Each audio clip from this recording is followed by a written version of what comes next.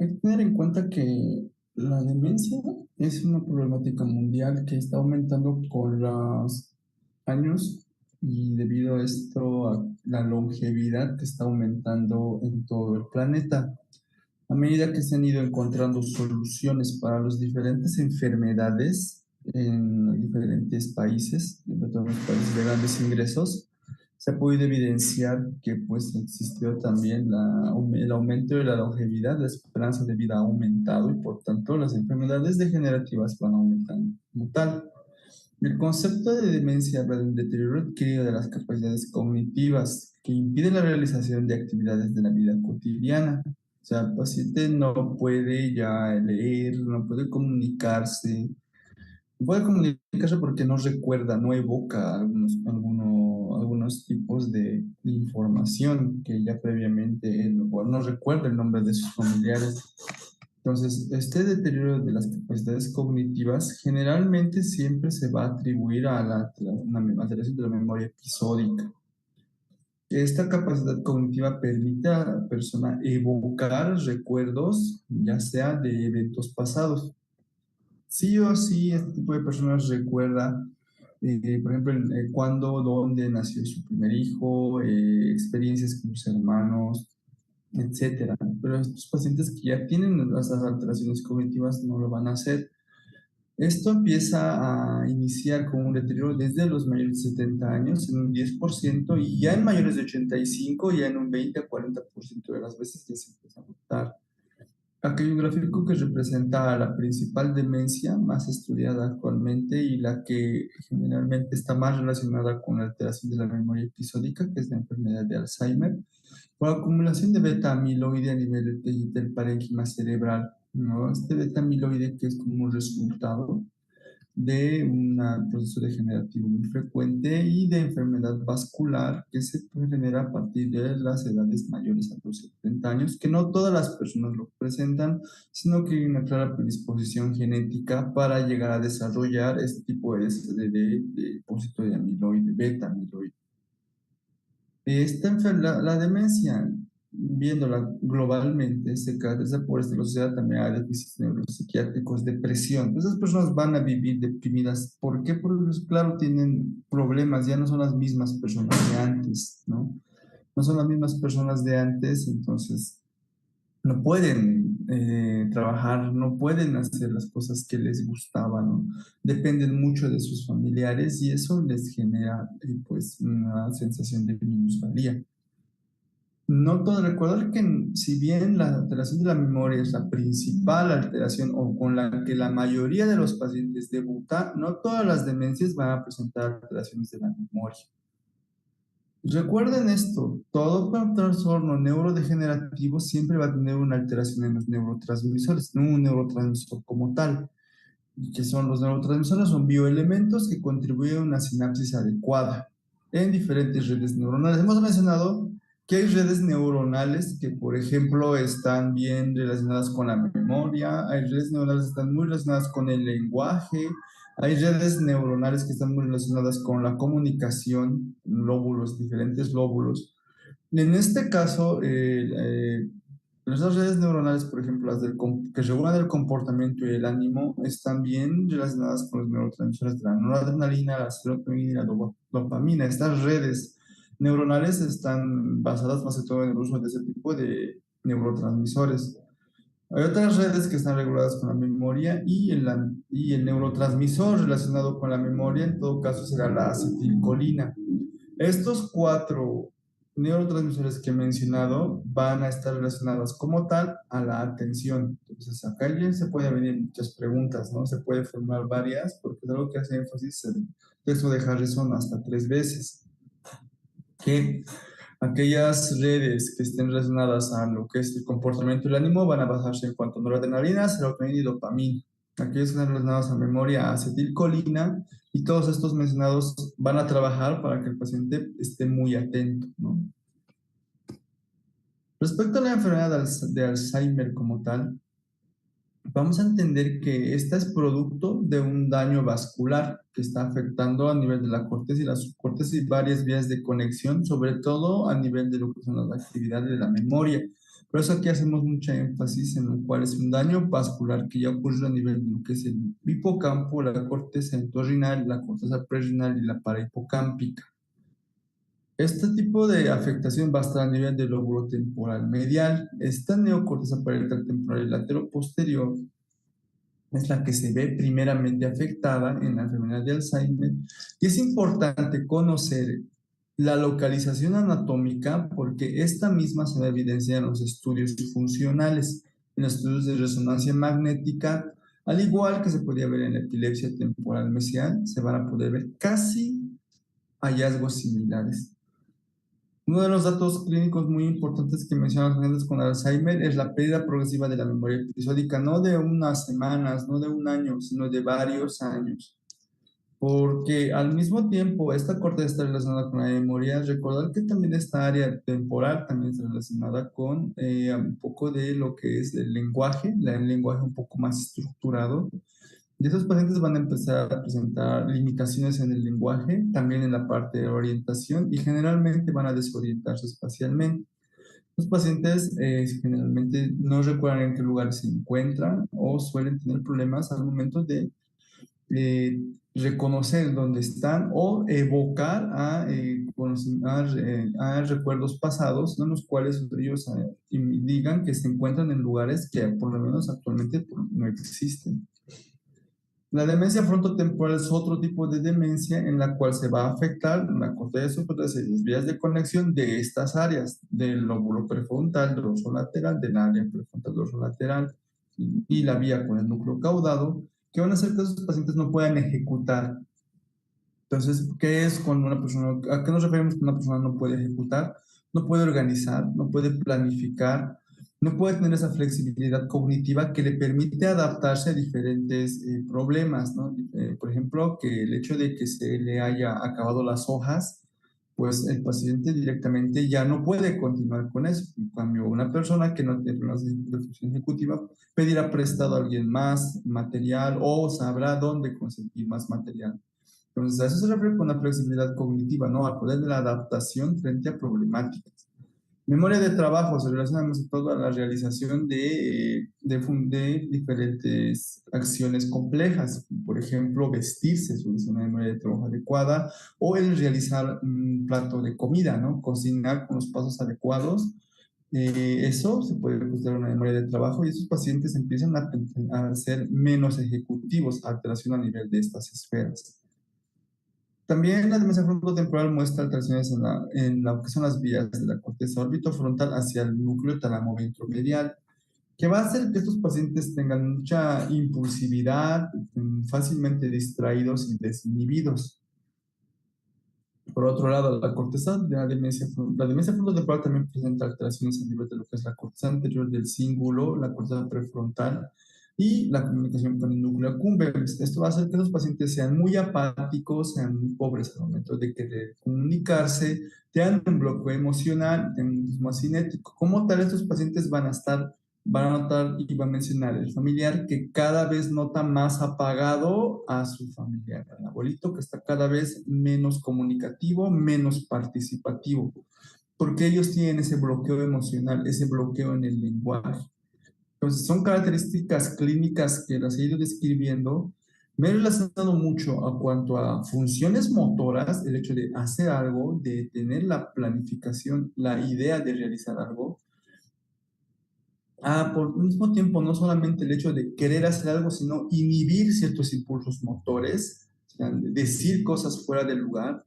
A eso se conoce como una inhibición, ¿no? Tienes a una idea en tu cabeza, te ha pasado algo y tienes ganas de expresarlo, de buscar, no sé, las maneras en las cuales tú puedas buscar revancha o emitir tu enojo, pero tu cerebro no todo el tiempo va a permitir que eso ocurra, por eso te inhibes. Pero estos pacientes no inhiben sus impulsos, son muy desinhibidos y son pues cosas motoras, cosas que tú pronuncias o cosas que tú haces. Todo lo que está acá está relacionado con el lóbulo frontal, que desde la primera clase les mencioné está relacionado con todo lo que es la intención de movimiento y el lenguaje hablado.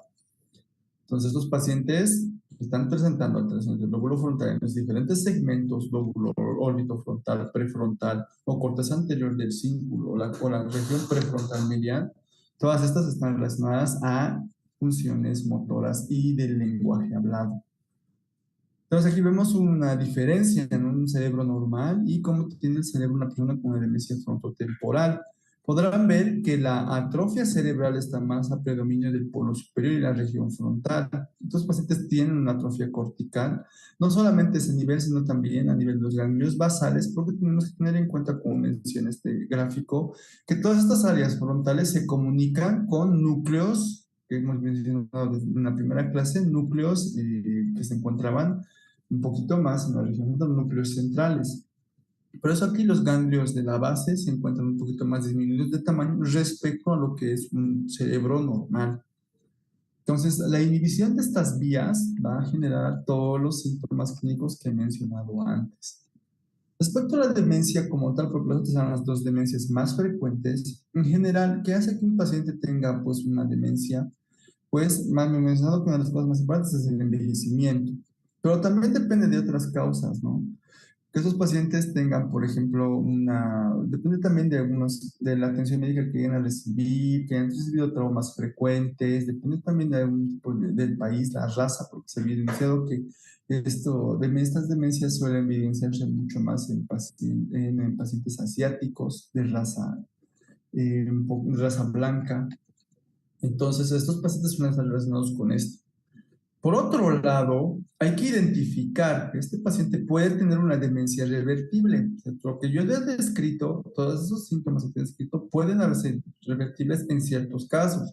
Pacientes que tengan depresión de muchos años, pacientes que tengan hidrocefalia normotensiva, que es el aumento de los ventrículos, veamos un gráfico más adelante, o pacientes que estén teniendo abuso del alcohol. Entonces, el hecho que tú puedas revertir alguna de estas causas puede hacer que el paciente llegue a recuperar un poco algunas funciones cerebrales.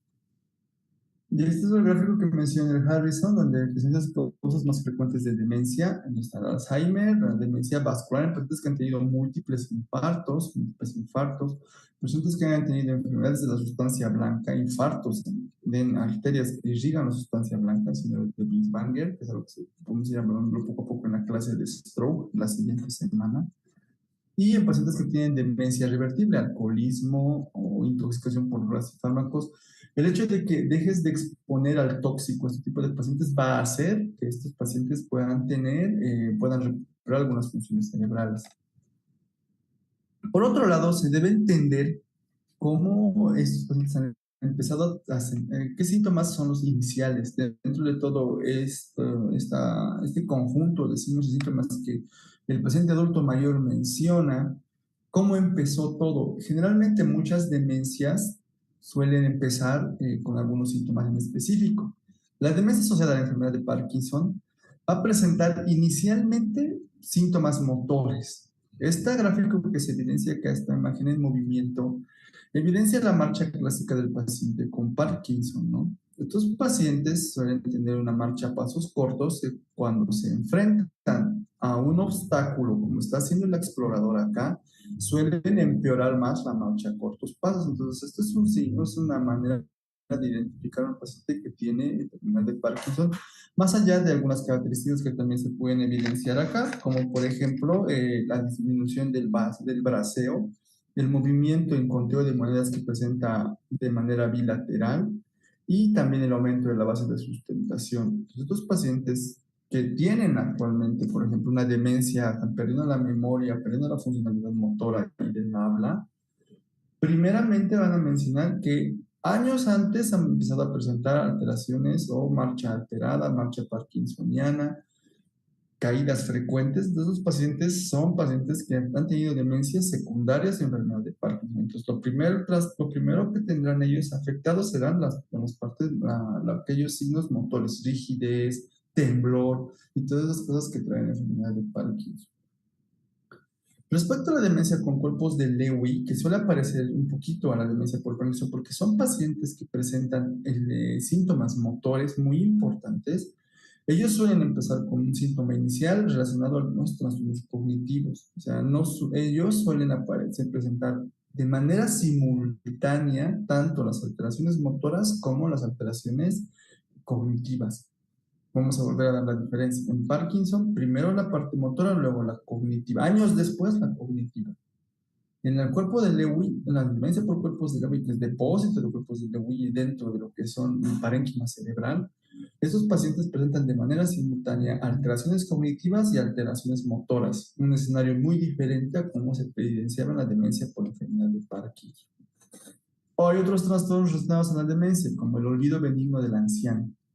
Los pacientes que suelen presentar, suelen referir que no recuerdan muchas cosas, ¿no? Pero esto no suele alterar sus actividades diarias. Ellos se alimentan solos, comen solos, se visten solos. Y no, lo único que no llegan a recordar es, por ejemplo, dónde dejaron las llaves, no recuerdan algunas palabras, tienen dificultad para evocar algunas palabras con nubes mentales. Mientras el paciente no deteriore sus actividades de la vida diaria, esto sigue siendo un olvido benigno.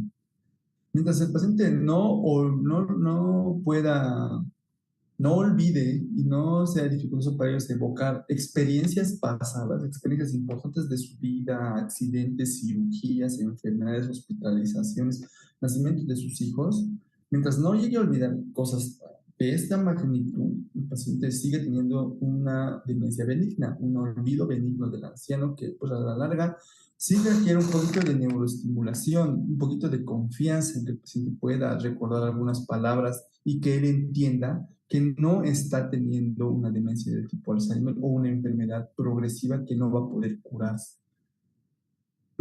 También hay pacientes que tienen déficits cognitivos, ¿no? Entonces, esos pacientes que, por ejemplo, no pudieron, no acabaron la secundaria, que tuvieron problemas durante el desarrollo, problemas de nacimiento, estos pacientes pueden llegar a tener una afectación progresiva de la vida diaria, pero muy lenta. Volviendo a hablar de lo del Alzheimer y haciendo un poquito más específicos acá, mencionando que es una enfermedad genética, la afectación en el alelo APO epsilon 4 es la que está generando este cúmulo progresivo con los años de depósito de amiloide y que va a representarse como primera afectación de las funciones cognitivas, la memoria. Dentro del estudio de resonancia magnética se va a evidenciar esta área, el hipocampo, la cara interna del lóbulo temporal. Se puede ver que aquí de manera bilateral, que es muy diferente a como se ve en epilepsia, acá de manera bilateral se ve esta afectación, esta disminución. Acá se puede ver que estas que parecen ramas de un árbol, esta sustancia blanca, esta corteza está disminuida y aquí hay mucho más espacio, ¿no? Mucho más líquido desarrollado aquí alrededor de lo que es este parénquima, que hace que se evidencie como una atrofia de un segmento como tal, en este caso disminución del hipocampo. Algunos hospitales de algunos países del primer mundo pueden acceder a lo que es la detección del beta-amiloide en líquido cefalorraquídeo. Muchos pacientes podrán detectar eso y se puede hacer un diagnóstico un poco más específico. También relacionado a eso, ¿no? Si se pueden pedir algunos tipos de estudios como detección de proteínas. En el Alzheimer, lo he mencionado claro, la beta-amiloide, la proteína tau. En la demencia por cuerpos de Lewy, la proteína detecta la sinucleína alfa, ¿sí? En el fondo temporal suele verse la proteína tau, la TDP43 y la proteína fusionada en el sarcoma. Son proteínas mencionadas en el fondo temporal que sí están mencionadas de manera muy pasajera en el texto, pero que se está relacionando más que todo a que son trastornos genéticos que a lo largo de los años se han visto acumulados en el cuerpo. O sea, no hay dónde dejar estas proteínas y lo que hacen más que todo, las proteínas que transportan estas proteínas, que son más que todo proteínas de desecho, en el lugar donde van a depositarlo, y eso es lo que genera este trastorno genético como tal, que si estas proteínas de desecho se vayan a depositar en el parénquima cerebral. La demencia secundaria en la enfermedad de Huntington va a evidenciar huntingtina, el Creutzfeldt-Jakob, el PRPSC, proteína inducida por priones, completamente erróneo, así se llama.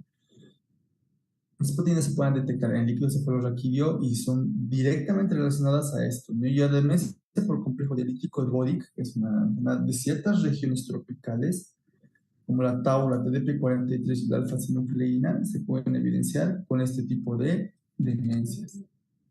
Acá tenemos ese resumen que se evidencia claramente en el mismo libro de Harrison, donde no solamente se relaciona a la demencia con su base molecular, su proteína de acumulación, sino también con su gen de afectación.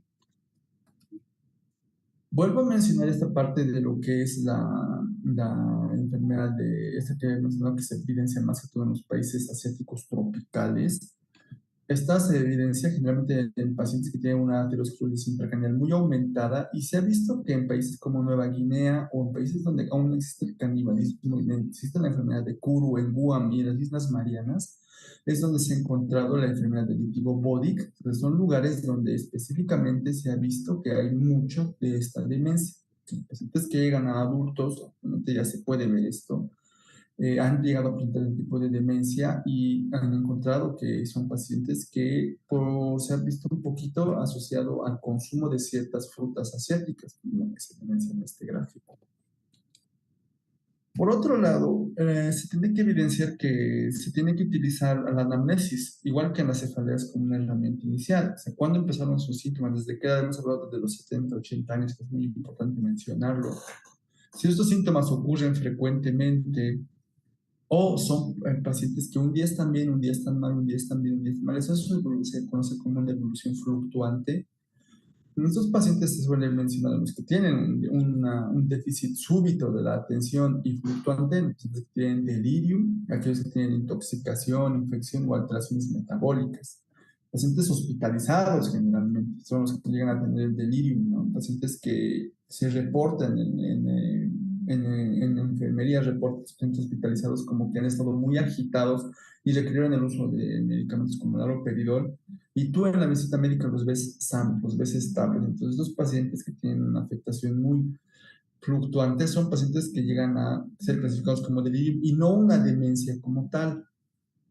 Este tipo de afectaciones de la cognición, que es una afectación muy rápida, menores a un año, de esto que se conoce como demencia rápidamente progresiva, está relacionado con el Creutzfeldt-Jakob y que estos pacientes suelen tener no solamente alteraciones en la cognición, sino también tienen alteraciones motoras, son rígidos, tienen mioclonías, y si nosotros vemos que esta evolución progresiva, estos síntomas es progresivo de varios años de evolución, ya podríamos hablar de las demencias que ya he estado mencionando en diapositivas previas. ¿Cómo también tenemos que seguir abordando a nuestro paciente? Tenemos que seguir hablando de la anamnesis, ¿no? Y cómo empezaron los síntomas. Ya hablamos de la parte motora. ¿Cómo empieza primero la parte, en el caso del Parkinson, que empieza primero con alteraciones motoras progresivas? En el caso de la demencia frontotemporal, ellos van a presentar alteraciones en la personalidad, van a presentar desinhibición, pérdida de empatía, que he mencionado que porque ellos no pueden comunicarse de manera adecuada y son muy impulsivos. La demencia por cuerpos de Lewy, y esta es una pregunta de examen muy importante, que es una de todo este conjunto de demencias, es la que va a presentar más alucinaciones visuales tempranas, una mayor hipersensibilidad a antipsicóticos, o sea que los antipsicóticos pueden empeorar en algunos casos sus síntomas, y son pacientes que presentan síndrome de Capgras, o sea que estos pacientes todo el tiempo desconocen a sus cuidadores, entonces ellos empiezan a desorientarse tanto en el espacio, que suelen pensar que están siendo raptados o están viviendo en un lugar donde ellos nunca antes habían vivido. Entonces, estas características clínicas muy importantes de la demencia por corpus de Lewy. También relacionamos los síntomas a otro tipo de enfermedades, por ejemplo, la enfermedad cerebrovascular, muy frecuente en pacientes cardiópatas, que suelen tener algunos casos que la enfermedad cerebrovascular por afectación, por cardioémbolos, suele ser algunos que tienen que presentar émbolos muy grandes o muy chicos, o en todo caso pacientes que son hipertensos mal controlados, que suelen tener también eventos cerebrovasculares lacunares o hemorragias que se van todo el tiempo apareciendo y disminuyendo sin muchos síntomas.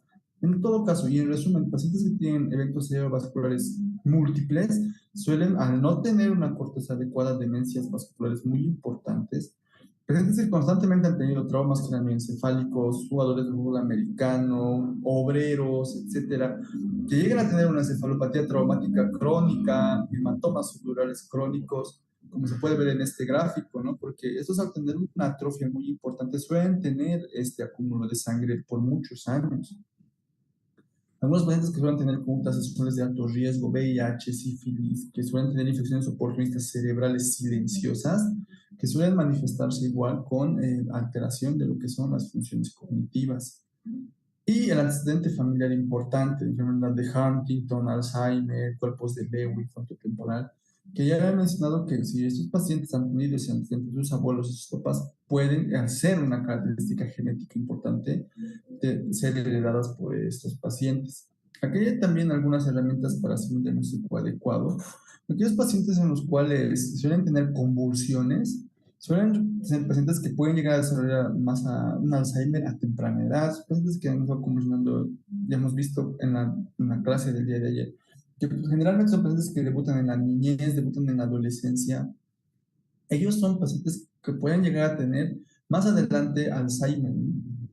También algunos pacientes que presenten trastornos de la marcha, pacientes que lleguen a tener esta caminata que es la caminata con el apoyo más aumentado, ¿no? Pacientes que requieran, que tengan esto que se conoce como abasia, ¿no? Dificultad para mantener la base de sustentación, por eso caminan con piernas un poco más separadas, porque tienen la tendencia a caerse frecuentemente. Son pacientes que suelen tener demencia por cuerpos de Lewy o hidrocefalia normotensiva, siempre y cuando eso se asocie a alteraciones esfinteriana. ¿Pero a qué se llama esto de la hidrocefalia normotensiva? A pacientes que presentan un desequilibrio en el líquido cefalorraquídeo y empiezan a presentar un aumento de lo que es las cavidades ventriculares. Por otro lado, también tenemos que en nuestra valoración neurológica completa, ver si esos pacientes tienen algunas alteraciones motoras. Los pacientes que suelen tener temblor o caídas frecuentes, en la etapa final, o sea, muchos años después de que se ha instalado su alteración de la memoria, son los pacientes que tienen enfermedad de Alzheimer. O sea, la instauración de los síntomas motores suelen aparecer muchos años después de la aparición de la disminución de la memoria. Respecto a la demencia frontotemporal, al ser frontal, esto ocurre en las etapas iniciales. Los pacientes suelen ser rígidos, suelen tener parálisis de los motores oculares, suelen desarrollar la enfermedad de motoneurona, atrofia en lo que son los miembros superiores. Respecto a la demencia por cuerpos de Lewy y los síntomas motores, estos pacientes suelen tener temblor, bradicinesia, rigidez. En otro tipo de demencia tipo córtico basal, estos pacientes suelen tener, y menciona el libro también, un poco de mioclonías, distonías, fenómenos de miembro ajenos, que suelen tener movimientos solamente, como pareciéndose mucho a crisis epilépticas motoras de miembros superiores, pero estos pacientes no suelen tener el fenómeno de lo que es la marcha jacksoniana, sino directamente todo el miembro como tal suele tener movimientos no controlados. Existe otro tipo de alteraciones motoras, la parálisis supranuclear progresiva, en la cual se puede evidenciar un déficit en la mirada vertical y caídas repetitivas. El Krusov-Jacob, como he mencionado, también tiene rigidez, una rigidez de todo el cuerpo como tal, y también mutismo cinético, a pacientes que no pueden comunicarse de una manera adecuada. Como nosotros hemos hablado de mucha rigidez. Ahora, la rigidez, ¿cómo la vamos a valorar dentro de lo que es el examen clínico? Y los pacientes suelen tener esto que he visto en semiología como el signo de la rueda dentada. Cuando le haces al paciente movimientos de flexión y extensión de la muñeca, te vas a dar cuenta que tiene mucha dificultad al momento de completar los arcos de movimiento, porque esta se va a ver como una rueda, o sea, con un movimiento continuo, como si fueran temblores. Y acá hay un resumen de lo que es toda esta parte de las demencias, y lo menciona en Harrison así, como un síntoma inicial, con qué suele empezar, qué trastornos neuropsiquiátricos suelen evidenciarse y qué manifestaciones neurológicas suelen mostrarse. Entonces, acá hay que hacer mucho énfasis y recordar siempre que la enfermedad de Alzheimer empieza como amnesia, siempre va a empezar con amnesia, va a evolucionar a alteraciones de la memoria y más adelante en los estudios de imagen se va a evidenciar una atrofia de la corteza del hipocampo. La demencia de tipo frontotemporal va a mostrar en los pacientes que sean muy apáticos, va a mencionar también que estos pacientes suelen mencionar en sus estudios de imagen una atrofia del predominio frontal. La demencia por cuerpos de Lewy suele evidenciar también alucinaciones visuales, trastornos del sueño y que en el estudio de imagen suele evidenciarse con atrofia parietal posterior. O sea, si te dan cuenta, cada una de estas demencias tiene un sitio anatómico diferente en el cual existe una predisposición a ser a generar atrofia. ¿Qué se hace para una valoración inicial de un paciente con demencia? Se realizan los mini mental tests, se realizan los mini estudios como el MOCA, estos referidos así simplemente en el ejercicio, no te muestran el test como tal ni cómo hacerlo, pero son estudios que se tienen que realizar por personas capacitadas, ¿sí? Por personas neuropsicólogos que suelen darte resultados y por qué es importante realizar. No te voy a explicar en qué consiste hacer eso, cómo se hacen y los pasos que se toman en cuenta, sino por qué es importante realizarlo. Porque la momento que el paciente llegó a tu consulta, tú les haces estos tests y estos tests tú vas a tener con un resultado, ponte un valor de 80 y dentro de unos 6 meses lo vas a volver a ver y vas a ver cuánto está su puntaje aumentó, su puntaje disminuyó, aumentará tal vez porque tú le diste un tratamiento farmacológico que te está ayudando, disminuirá porque será una disminución rápidamente progresiva, y te permitirá hacer un seguimiento adecuado de este paciente para ver si hay algo también que está haciendo que este paciente de un año para el otro esté empeorando. Puede que este paciente, y muchos pacientes con demencia no manifiestan sus preocupaciones, puede que tengan una carie dental que les está molestando, puede que tengan una infección urinaria que está afectándoles. Entonces, esto te permite a ti hacer un seguimiento adecuado de pacientes con demencia. Dentro de los estudios de imagen, existen pues algunas cosas que se van a poder encontrar, pero antes de pedir el estudio de imagen, la Asociación Americana de Neurología recomienda que no solamente vas a pedir los estudios de imagen, sino también tienes que pedir a sus pacientes biometría hemática, electrolitos, función tiroidea, concentración de vitamina B12, porque puede que estas cosas estén alteradas y el solo hecho que tú la corrijas va a hacer que este paciente recupere sus funciones cerebrales normales. Los estudios de imagen muestran, sobre todo en la parte de la resonancia magnética, en el caso de Jacob, esta imagen que se conoce como el palo de hockey, en lo que son los ganglios de la base, y esta imagen es muy patognomónica de lo que es la enfermedad de Creutzfeldt-Jakob. Algunos pacientes que presenten afectación de la sustancia blanca, como pueden verse acá, hacen una afectación muy continua que se parece a esta imagen de un paciente con esclerosis múltiple, pero no, en realidad esos son infartos. Los pacientes se darán a entender que la alteración cognitiva que está teniendo es más por la enfermedad de los vasos sanguíneos. Entonces, esto será catalogado como una demencia vascular.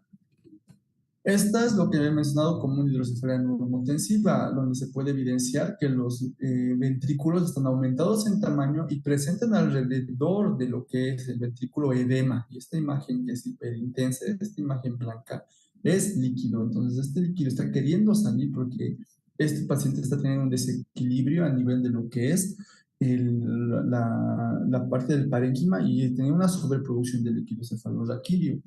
Muy parecido al mecanismo que habíamos mencionado en días anteriores con pacientes que presentaban dolor de cabeza, mujeres que presentaban un dolor de cabeza generado por una hiperproducción de líquido cefalorraquídeo. Entonces, eso que vemos como el pseudotumor cerebral, algo parecido, pero ya en la edad adulta, debido a que esos pacientes están empezando a presentar mucha atrofia cerebral.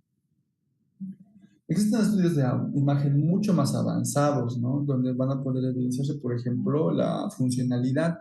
Y esta imagen es muy importante verla acá. Para estos son estudios de perfusión, ¿no? Estudios de metabolismo, donde se pueden evidenciar en el mapa de lo que es la funcionalidad cerebral. En las imágenes de arriba se ven como se ve un cerebro normal, cómo las conexiones nerviosas hacen sinapsis, esta corteza está trabajando, por eso se ve de color rojo y color naranja. Mientras más intenso es este color, más actividad cerebral hay.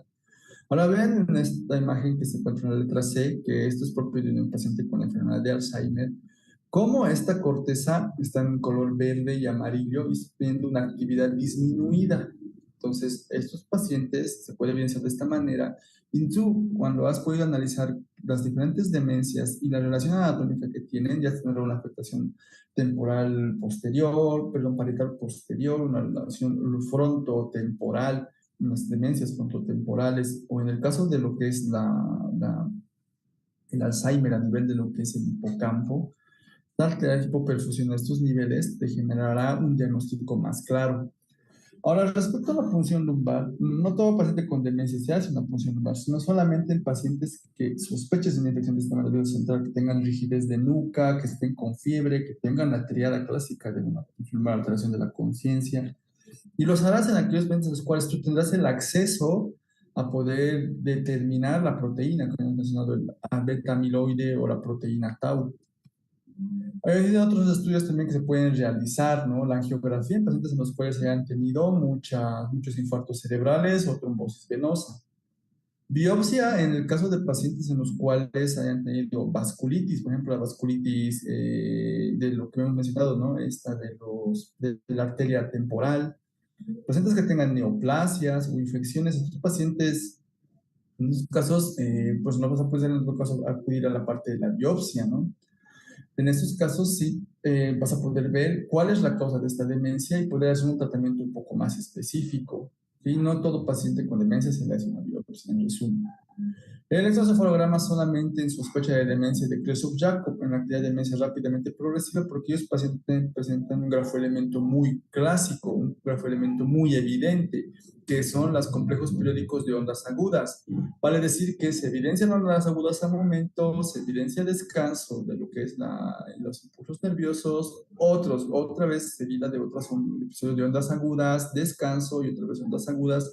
Claro, se le conoce como complejos periódicos de ondas agudas.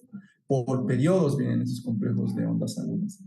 Entonces, esto es igual una pregunta de examen que suele realizarse porque está exclusivamente mencionado y hasta 2 o 3 veces en esta parte de lo que es el capítulo de demencias. Continuar con el tratamiento. Cuando hablamos del tratamiento se tienen que hacer 2 cosas. Combatir las causas corregibles, ya hemos hablado, causas metabólicas, alteraciones de la tiroides, que es una cosa muy frecuente que suele evidenciarse en pacientes de la tercera edad. Que los pacientes puedan alimentarse adecuadamente. Se puede combatir el hipotiroidismo con fármacos, el déficit de vitamina B también con suplementos vitamínicos, déficit de homocisteína con medidas dietéticas. La hidrocefalia normotensiva, que ya hemos mencionado que era un aumento de lo que son del sistema ventricular con la instalación de una válvula de derivación ventriculoperitoneal. Neoplasias, después de que le has hecho la biopsia, evidenciar que esto es evidentemente un cáncer que se puede tratar con radioterapia o quimioterapia. Esto son causas corregibles de demencia y van a hacer que este paciente no requiera pasar a tratamientos con otros medicamentos que va a tomarlos por muchos años, cuando tú simplemente puedes resolver esto con algún tipo de maniobra médica muy fácil, no muy difícil de manejar. Cuando hablamos de algunas comorbilidades que presentan los pacientes con demencia, por ejemplo, pacientes con demencia suelen tener depresión y ansiedad. En estos casos utilizamos tratamientos como el escitalopram. En pacientes que tengan convulsiones del antiepiléptico, ideal para pacientes con demencia es el levetiracetam. En pacientes que son muchas alucinaciones o tienen apatías, solemos utilizar inhibidores de la acetilcolinesterasa como el donepezilo, ¿no? Eso depende de cómo te vayan relatando el paciente sus síntomas o sus cuidadores.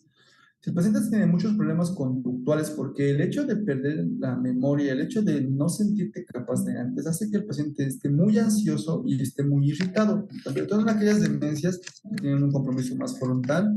En estos casos, los medicamentos a utilizar serán algunas benzodiazepinas, como el clonazepam, o antipsicóticos de segunda generación, como la quetiapina. Y esto casi es lo último que se va a hablar en esta clase, pues que son los inhibidores de la acetilcolinesterasa, un tratamiento que va directamente hacia lo que es la terminal nerviosa para poder favorecer la presencia de acetilcolina, porque estás inhibiendo la colinesterasa. La colinesterasa es esa enzima que disminuye el exceso de acetilcolina. Entonces, si tú vas en contra del inhibidor principal de la acetilcolina, vas a hacer que aumente la acetilcolina. Y ya habíamos mencionado que la acetilcolina es uno de los neurotransmisores más importantes para lo que es el mantenimiento de la memoria y el mantenimiento de la atención. Dos, funciones cerebrales muy deterioradas en la enfermedad de Alzheimer. Entonces, indicado desde luego para la enfermedad de Alzheimer, el donepezilo, la ribastigmina, la galantamina y cualquiera de estos tres asociado a la memantina, cuando vemos que el paciente está presentando disminución en sus estudios, en sus test neurocognitivos que hemos mencionado, y nosotros podemos evidenciar que está habiendo una declinación en estos resultados. Esto va a permitir que el paciente pueda apoyar más que todo y no esté muy resistente a lo que es los cuidados que le brindan sus familiares.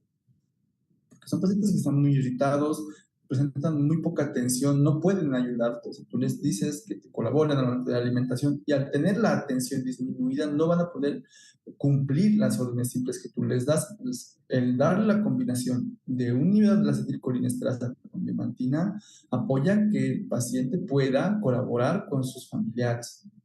Y en el caso de la demencia por Parkinson, el que está recomendado de todos estos medicamentos es la ribastigmina.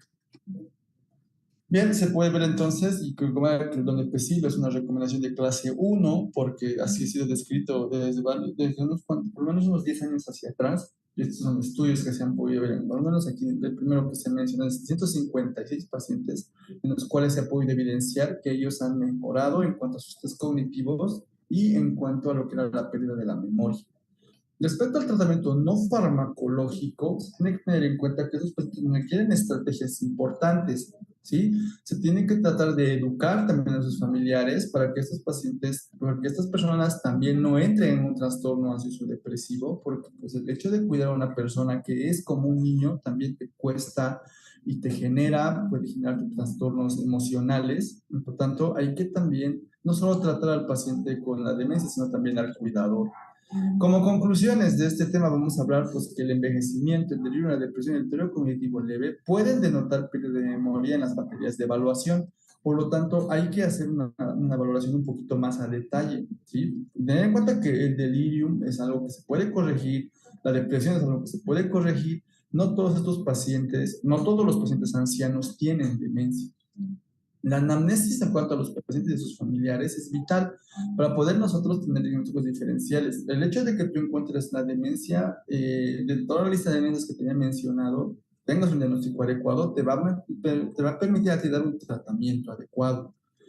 Todo paciente que sospechas de demencia necesita un estudio laboratorial completo, porque en más del 30% de estos pacientes suelen tener algo que se puede revertir. Y qué nada mejor que revertir estas cosas para que en realidad un paciente que se consideraba demente, un paciente que va a tomar mucho tiempo, va a ser una enfermedad que va a tomar muchos años que pueda recuperarse, un paciente que lo puedas considerar como una enfermedad de Alzheimer, no del todo porque te das cuenta que con los laboratorios este paciente estaba anémico, estaba hipotiroideo, estaba hiponatrémico, entonces eso es lo que al final a este paciente le estaba generando todos estos problemas. Y un examen físico completo, porque a veces estos pacientes mayores no suelen manifestar sus dolores, no suelen manifestar sus dolencias, puede que estén presentando un herpes cutáneo, representando algunas alteraciones urinarias, y no lo mencionen, o por ejemplo los adultos masculinos que suelen tener mucha disuria o laquiuria, por una enfermedad que se puede revertir en pacientes que se van a hacer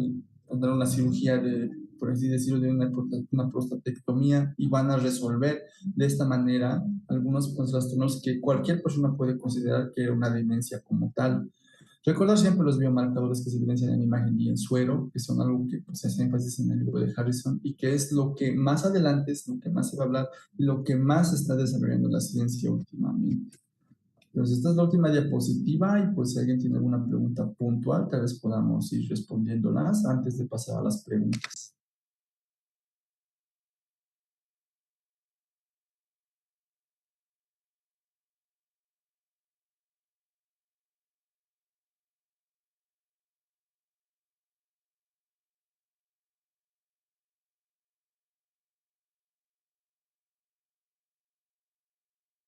Doctor, una pregunta. Dentro del tratamiento para el Alzheimer, ¿qué medicamentos contamos acá en Bolivia?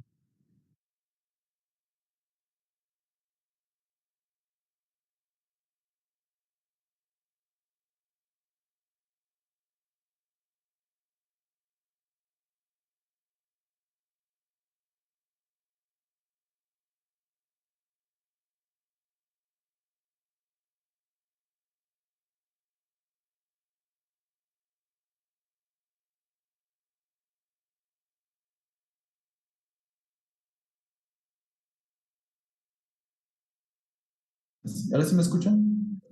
Sí, entonces había mencionado que estaba mencionando que el domepezilo y la memantina sí son medicamentos que se cuentan en nuestro medio. Incluso la combinación de domepezilo más memantina sí se tiene ribastimina también, o sea, se puede utilizar, el Alzheimer se lo puede tratar, pero el problema aquí está en que se utilice de mala manera estos medicamentos. Si tiene que ser diagnosticado por un médico neurólogo, si tiene que pasar por un especialista en neuropsicología para poder hacer utilidad de estos test neurocognitivos y se puede hacer un seguimiento adecuado. Pero como he mencionado, la mayoría de las veces se hace un tratamiento, un diagnóstico inadecuado. No siempre se habla de Alzheimer, ¿no? El Alzheimer, como han visto, se puede diagnosticar de diferentes maneras, pero pues en eso sí tenemos un poquito de problemas, ¿no? En los métodos diagnósticos. Sí tenemos el tratamiento, pero el diagnóstico tiene que ser muy preciso, entonces sí tiene que ser abordado por una persona con mucha experiencia. Pero sí tenemos, ¿no? Para responder la pregunta directamente, sí tenemos nepesilos, sí tenemos Gracias, mematitis. muchas gracias, doctor. Gracias.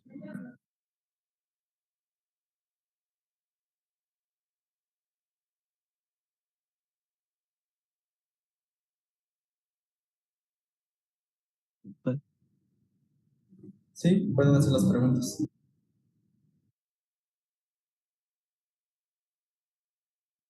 Doctor, buenas noches. Buenas noches. Quisiera consultar cuándo es el examen, por favor. Te van a responder por el chat.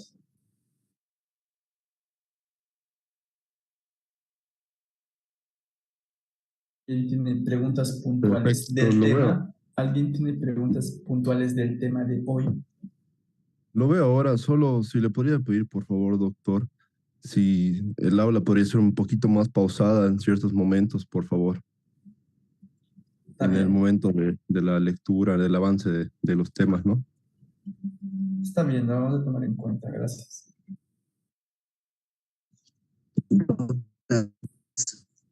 Doctor, Buenas, muchas gracias por las clases, ¿no? Yo tengo una pequeña observación, disculpe, no sé si será problema técnico. La clase se ha escuchado entrecortado, muchas veces había ausencia del audio, luego decía espere, preparando reunión y se activaba alrededor de un minuto, así. No sé si será problema técnico o Claro, esto lo digo porque en anteriores clases, o sea, ¿Se ha no escuchado bien? ¿Se ha pasaba eso. escuchado bien?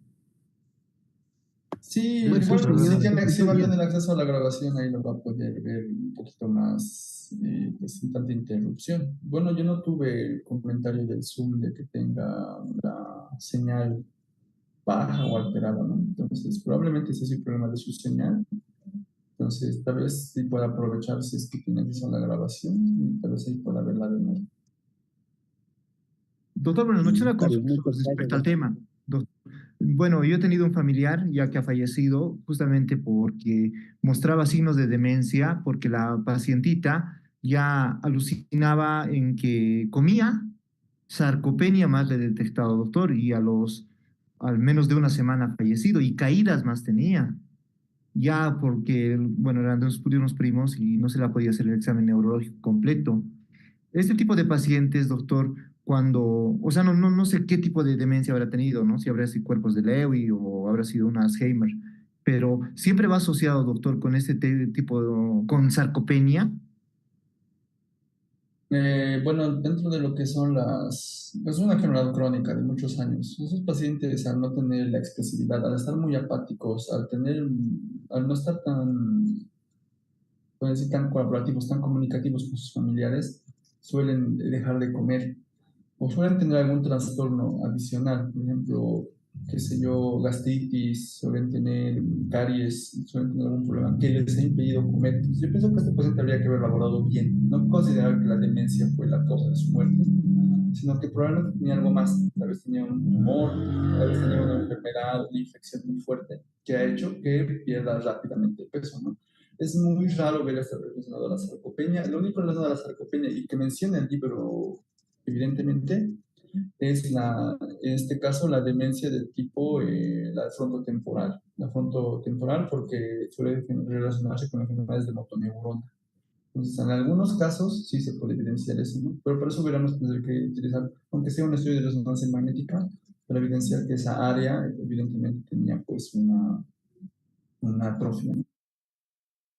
Está bien, doctor.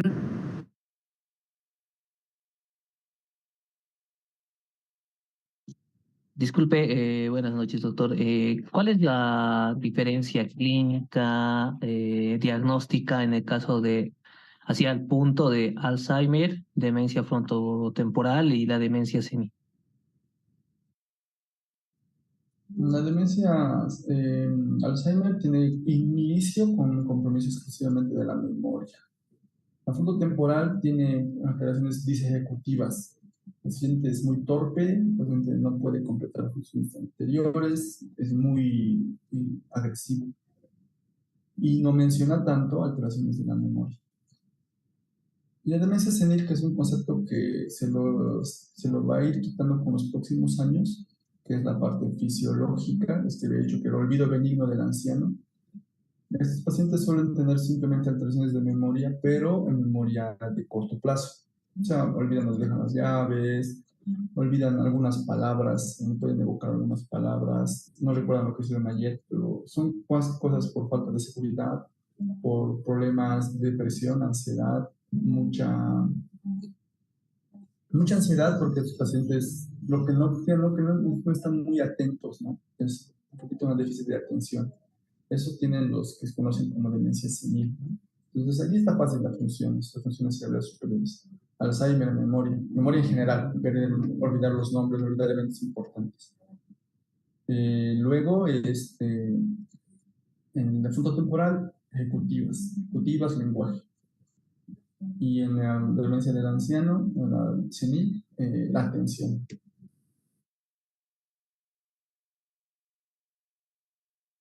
Gracias.